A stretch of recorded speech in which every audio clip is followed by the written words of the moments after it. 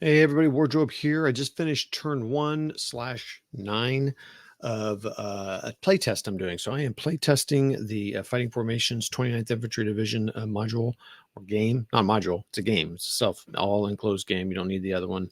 You don't need the Kharkov Großdeutschland if you don't want it. I would recommend buying it, but I'm playtesting, proofing, all that. I just started my first scenario, and I am so glad I've done this. Dang it. What a great game. There's so many cool things about it. I mean, I have to be very careful. I get very distracted and just talk about the cool things I like about it. Let's go see the screen. So I finished the first turn. It's, I'll tell you real quick what the game's about. I did record of me starting to play it, but it is long and I don't get very far. I should have actually recorded after that because it went, I did a lot more things faster. So I'll do another one because there's a lot of crap going to be going on here soon. So let's share the screen there and get to the fun stuff here. So I have gone through all the end of turn sequence for turn. Let's zoom in here so you can actually see something here. Let's go 150 and see what that looks like. Yeah, it's a little better. I've gone through the entire end of turn procedure. This is pretty much all the same as in Großdeutschland. The sniper didn't do anything at the end of the turn. They both get reinforcements. As you can see, the Germans get another tank, which I do have a question about on the group, the Discord group, and another command marker. They both get, the US and the Germans both get 2 command markers, and then the Germans are going to get 1 more. So they're going to have 4, and the US will have 4 total. 13 is a sudden death. All right. I reseeded the matrix. I'm using my own dice because every time I try to see this, I've now tested this thing. So this is my first game using the 29th Infantry Division scenarios, but I also did proofing and stuff. So I was checking the Vassal mod. And right now, when you seed, it is predominantly high or low, or high and low. It is rare. I've seen it very consistent. So I stopped. I was like, I'm not doing it. So I'm rolling all dice. All these dice I've got are from the Großdeutschland. So I'm using Fighting Formations dice. Anyway, this is the seating. I love this seating. It's great. This is what I got in the last one. Nice even spread. Couple on 4, couple on 10. Fantastic. Command radius is 3 on both these. US has air support right now.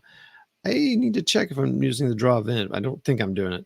Now, the Germans did not activate one of their commands at all. Should I have? Maybe. Probably would have helped me get some more stuff done because you'll see the result. But I now have 3 command markers, which could be really huge, honestly. So really, I zoomed in. Now I need to zoom out again. So let's zoom out. Oh, sorry, since we were kind of going down the row here, the initiative marker is on 0 and the Germans have the initiative. Have the fate card. Sorry. The VPs are now, the US has 22. So the Germans have quite the hurdle. How'd they get that? They took 1. They took 1. Nope. 2, 3, 4 objectives in the first turn. As the German player, I kind of came up with a pre-plan of I don't care about these 2 down here. I'm just going to I'm going to protect these. Well, that didn't work. I lost this one and this one. The tanks, I probably didn't deploy the tanks right. So in this scenario, the 3 Jagdpanzer 4s are off board, and whenever they want, during the American movement, they pop on the board and shoot the unit that just moved 3 times. 3 times. And they don't get spent. And so then they're ready to go. I think I hit. So I brought 2 of the tanks on relatively early, and they did some damage. Actually, let's go check the dead pile because they did get a few points because of it. Where's the dead pile? So yeah, you can see that the 3 Jagdpanzers are no longer with us. And then the U.S. lost a veteran and an M10. So that's 2 points to the Germans. So that's that. And U.S. does not get points for killing Germans. They just get points for the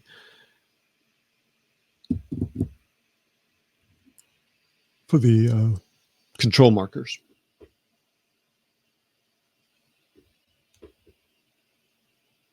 Oh, shoot. 3 VPs per vehicle. So they get 2 more.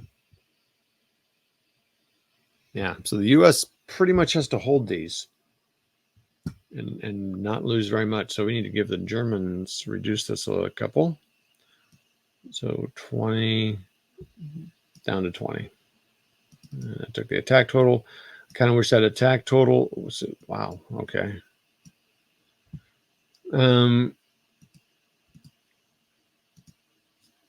I wish the attack total went up and down like the VP. Anyway, so they have 20. Still a lot, but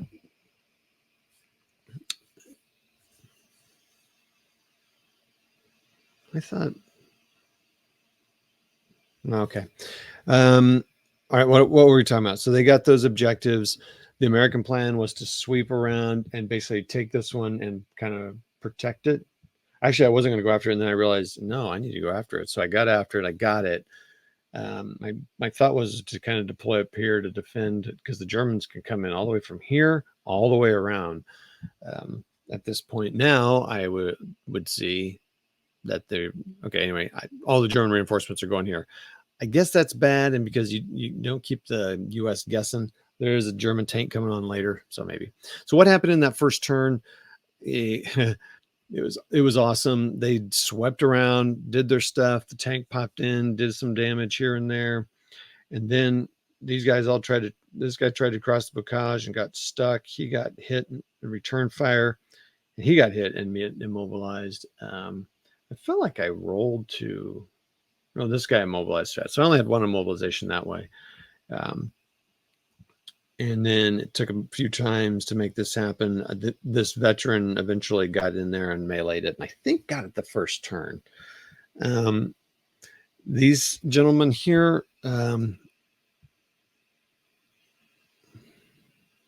I got a new mouse, and I'm always sliding it around. Those 2 guys, and that guy shouldn't still be active.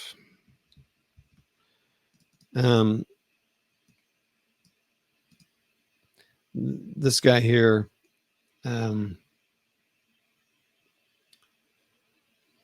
these 2 guys rolled 5 times for melee. I got my guy out, so it costs some points. If I'd placed this command marker more wisely, he would have been here, because I put him here like, oh, he's clever, he's going in there. But then they were out of command to fire. So it went from here costing 0 to here costing 2 each to fire. It took me 5 rolls, 5 different melee attacks from these 2 rifle squads to take out a tank that already had a hit marker on it. I just was rolling, I was rolling lots of 1s in the roll, which means you automatically miss. There was a Jagdpanzer here, and these guys fired on it about 4 or 5 times. Again, some 1s rolled, and then the tank, but he was an unconfirmed kill too. So if he rolls for morale and fails, he dies. So that was kind of cool seeing that happen. The German, you could probably deploy those tanks smarter, maybe earlier. I don't know. If you do earlier, it starts costing things. So in some ways, it's good to do it early, because the U.S. is just getting free reign on the board. So, and then the Germans are going to come in here. So, the question is then, everyone deploys on their spots. And I was like, well, who deploys first? It seems like one of them has to go first, because it'll depend where the Germans put their stuff. Like if the U.S. puts all their crap here, well, maybe they put it all down here, or I don't know. So I would be interested in that, the order of reinforcements. I just called it that whoever had the initiative card can choose. So the Germans had it. So they said, Americans, you deploy first. And so the Germans saw that and then did what they did.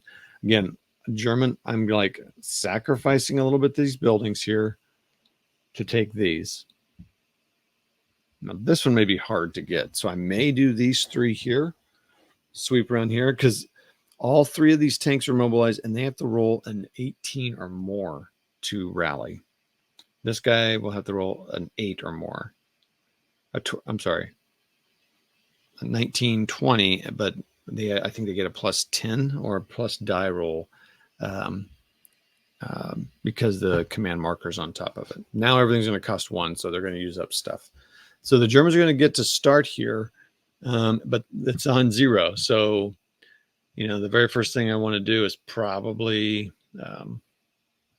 I was thinking I want to advance so I can get into that hex quickly. I don't think you can get up fired on when you advance. Oh, and a couple of these guys are going to advance in there too. So the 2 veterans are going to go in here. The 2 machine gunners are going to go in here. So that's how that's now they'll get fired on by this guy when he goes in there, but we'll see what happens. I mean, that's why in some ways I'd like to fire.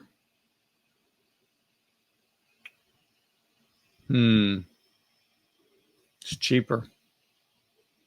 I could pay 3 points and fire.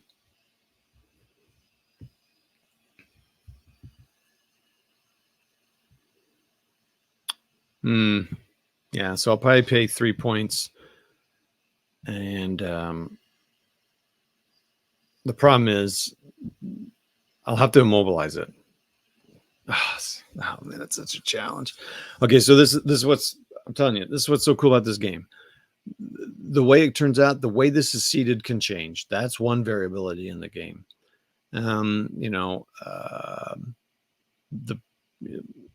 I suppose the placement of the command markers, your rolls, of course. I mean, that's always the thing, but really these seeds,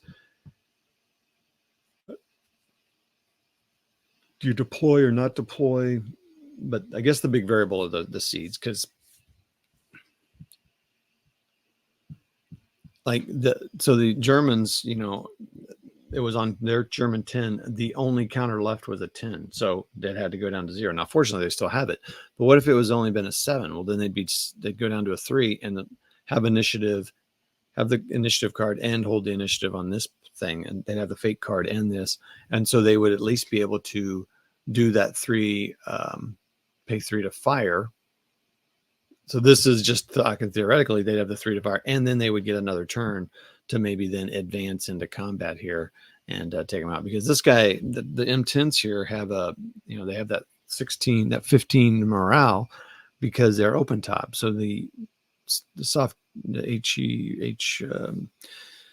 infantry target weapons can impact him and shooting the guys in that open turret. So.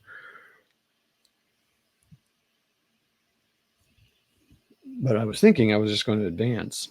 And so they would advance here. And like I said, so they're going to get shot. I think I need to advance. I think that needs to be the first thing I do. And now that I'm sitting there thinking about it, I'm like, I'd really rather fire, I think. I'd really also rather deploy. So I may do that too. Not up here, because veterans get, you know what?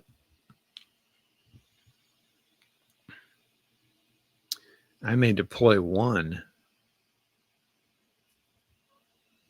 Launch a veteran into that and deploy.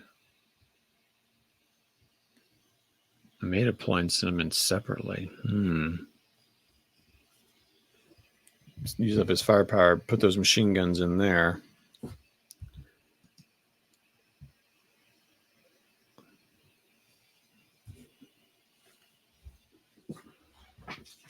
Sorry, pulling up the melee table here.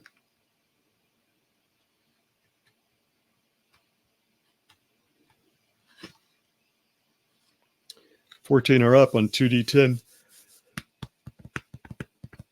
2d12, if they're man, I might just put that MG34 in there. And then if these guys break up, these 2 guys, I can send 2 in here, 1 in here. Break these guys up, put 1 in here, advance them in there.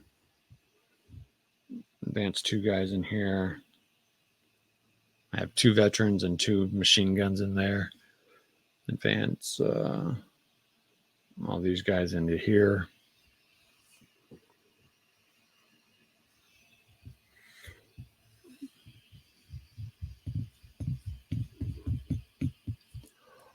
Doing all that, we'll put it in the American 3 side. Nope. Oh gosh, it's 6 to advance. Shoot, that's going to put it on the 6 on the American side. Anyway, I just having so much fun, man, because you got this rate of fire number like 3 here. So when they fire on op fire, if one of the dice is 3 or less, they're done. If you roll a 1 on the dice, because you have hindrances all over, so if you want to roll a 1 on any die that you roll for firing, you miss. That's why these melees took so long. I rolled 3 1s in a row, or I mean, it was a 10 and a 1. I know one roll was 10 and a 1. The next roll was 9 and a 1. They both missed. I couldn't believe it. One of those hits, at a no, they would have been higher than that, but not much higher. I debated. I had to take this guy out so I could try to control. So they need to jump in here. It's going to make it hard for everyone to get them out, and these guys just need to just start sweeping through this town. So I'll probably put a guy here. I'll have to decide how to how to break these guys up. I may send a couple. I don't think there's a reason to not. I'll have to think how to do that. So anyway, that's cool. We've been going 16 minutes. Man, fun times, dude. And then all these bogs out here. This is incredible. If they have their 3 tanks and they're continuing to be bogged out the whole game, that would blow. There's little things to go. Sorry, it's 2 a.m. And you go to bed. Okay, that's that. Better make sure this is saved. And we'll call it a night. Thanks all, and or a day, whatever, wherever you are. Hey, wherever you are, there you are. Let's see. Stop screen sharing. Have a great day, night, life, everyone. Wardrobe here. We'll talk to you later. See ya.